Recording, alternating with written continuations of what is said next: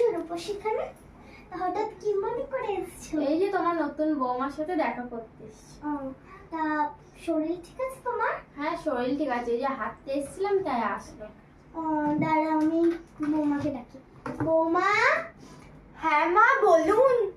এই দেখো তোমার সাথে সেনগুপ্ত বাড়ির বৌমা এসছে দেখা করবে বলে। ও,